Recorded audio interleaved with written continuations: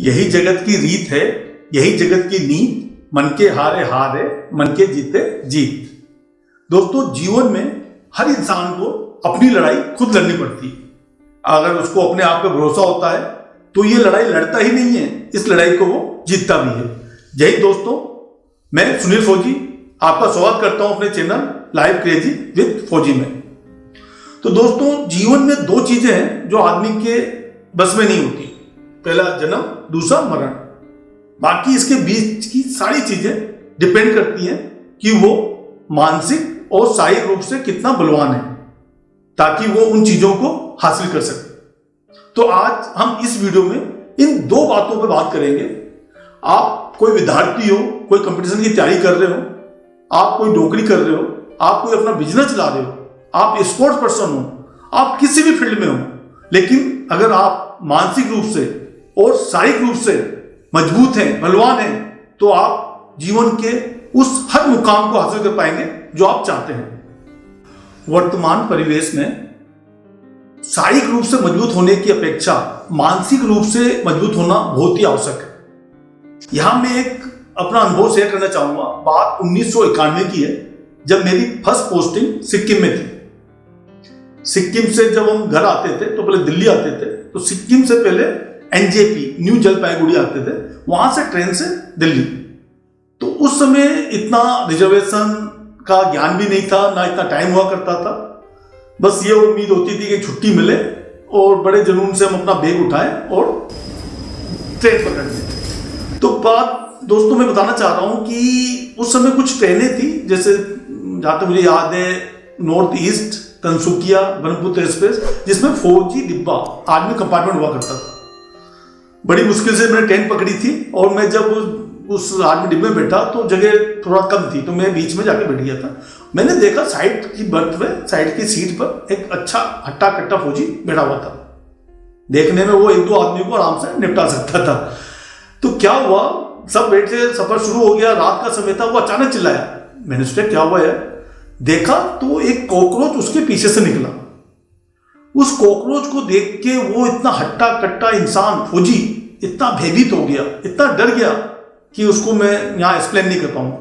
जैसे छोटा बच्चा छिपकली को देखते हो जाता है। तो दोस्तों, बोलने का आश्रय यह है कि आप ठीक है शारीरिक रूप से मजबूत होने चाहिए हो, लेकिन डिपेंड ज्यादा ये करता है कि आप मानसिक रूप से कितने टफ हो। आपकी मानसिक टफनेस आपको उन्नति पे जरूर ले जाएगी। तो जीवन की लड़ाई हो या जीवन की पढ़ाई हो, आपको अपने आप को शक्तिशाली बनाना पड़ेगा, तन से और मन से, दोनों से। मन से बनाएंगे तो हम हर चीज कर पाएंगे। अब हम बात करेंगे हमको क्या करें कि हम अपने आप को मन से शक्तिशाली बना पाए। तो कभी आपने सोचा कि हम जब भी कोई प्रेयर करते हैं किसी भी धर्म में, हम अपनी आंखें बंद करते हैं, इसके पीछे क्या लॉजिक है? साफ कारण है, जैसे ही हम अपनी आंखें बंद करते हैं तो हम अपने आप को पहचानते हैं, हम अपने आप को किसी विशेष स्थिति से कनेक्ट करते हैं। तो मैं यहां बोलना चाहूंगा, मन को मजबूत बनाने के लिए आपको ध्यान करना पड़ेगा। इसको आप किसी धर्म विशेष से मत जोड़ें। ध्यान और योग, अगर आप दो चीज करेंगे तो इससे, योग से आप शारीरिक रूप से मजबूत हो पाएंगे और वहीं ध्यान से आप मानसिक रूप से। यह किसी विशेष धर्म की बात नहीं है दोस्तों।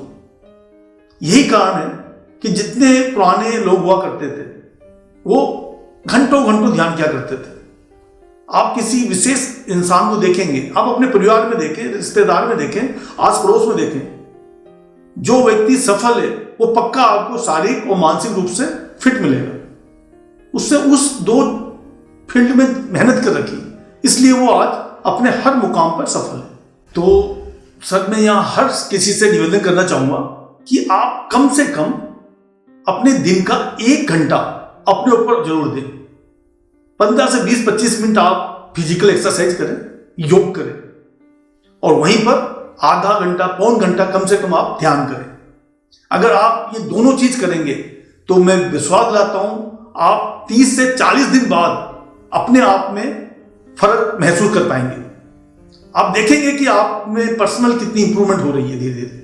और वो सब चीजें कर पाएंगे जो आप करना चाहते हैं। मानसिक रूप से मजबूत होना क्या होता है, अगर ये हम जानना चाहें तो हमें देखना होगा दशरथ माझी की तरफ। उनकी स्टोरी से हमें सबक लेना पड़ेगा। दशरथ माझी जो बिहार के गया जिले के महलोर गांव के निवासी थे, एक मजदूर आदमी थे, लेकिन दोस्तों उन्होंने जो कर दिखाया वो शायद सोचने के परे है।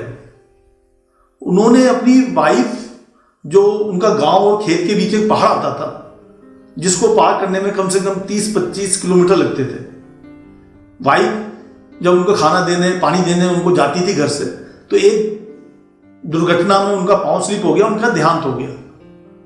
दशरथ माझी की अब सोच देखिए, उनकी मन की बोलते ना ताकत को सोचिए कि उन्होंने क्या उनके दिमाग में आया कि उन्होंने उस पहाड़ को काट डाला, उस पहाड़ को चीर डाला।